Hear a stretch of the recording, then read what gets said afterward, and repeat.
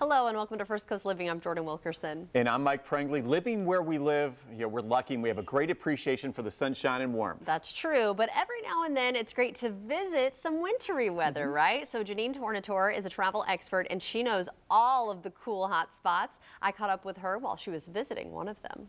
I'm coming to you from Steamboat Springs, Colorado, where they have received 3 feet of snow in the last 3 days here. Wow. So pretty amazing. And they've actually had the most snowfall in the early season, that more than they have in the last 12 years. So this is really the year to come out to these Colorado resorts. And I've got some good picks for you this year.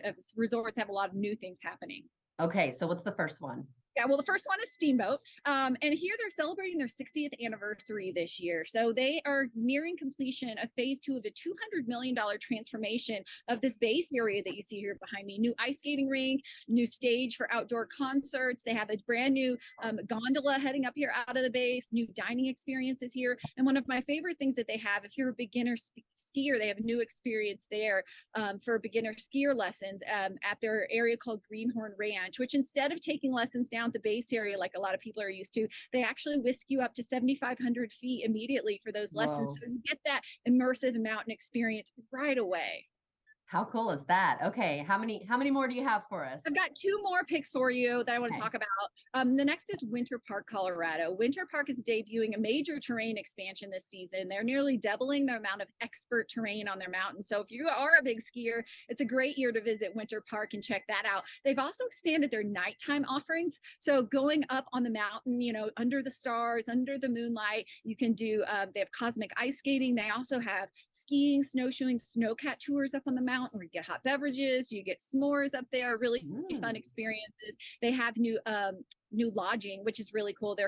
It's called the A-Frame Club. It's these kind of vintage A-frame cabins. They're all newly constructed. They're beautiful, but it's really a nod to that 1970s ski culture, those cabins that were really big at that time. So kind of a fun new thing to stay at when you're going there. And I have to mention the ski train. So when you fly into Denver, if you don't want to have to rent a car, deal with winter conditions, you can actually go right down to Union Station in downtown Denver, hop on what they call the ski train, 2-hour quick ski train ride, drops you off right at the entrance to Winter Park Resort. So it's a really fun, easy way to get up to that mountain.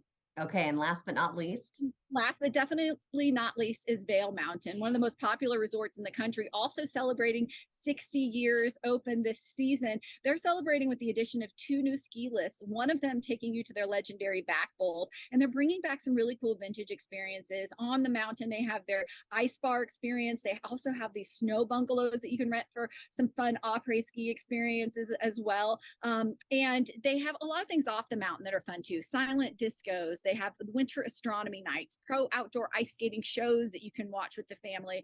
And then when it comes to lodging, it's really, they have some great lodging there, but the lodge at Vail, which also opened in 1962, is a really great pick. It's got that old world alpine charm. They have a great restaurant there with fun après ski experiences as well. So a lot of reasons to get out skiing this season. Yeah, that sounds like a lot of fun stuff to do at all those destinations. So what would you want travelers to know though as they're planning their winter vacations? I mean, are there ways to save even though there's such high demand? Yeah, there are, number one, and I always say this, but be flexible, travel midweek if you can, take those early in the day flights. That way, if there are weather issues coming out to these resorts, then you can try to get on another flight the same day and still get out here. Also, book as much as you can online in advance, including your lift tickets. That's really important. Oh, yeah. And then again, staying on mountain is great. I mean, you really have the option when it comes to lodging. Like I love getting condominiums because I'm always like making meals for my family, but a lot of people like to stay on these ski in, ski out options because you don't necessarily have to rent a car. There's such easy shuttle transportation all around these mountain towns. So a lot of things to consider, but there's certainly ways that you can save when you're traveling. Great. Well, thank you so much. Where can we go for more information on all of this?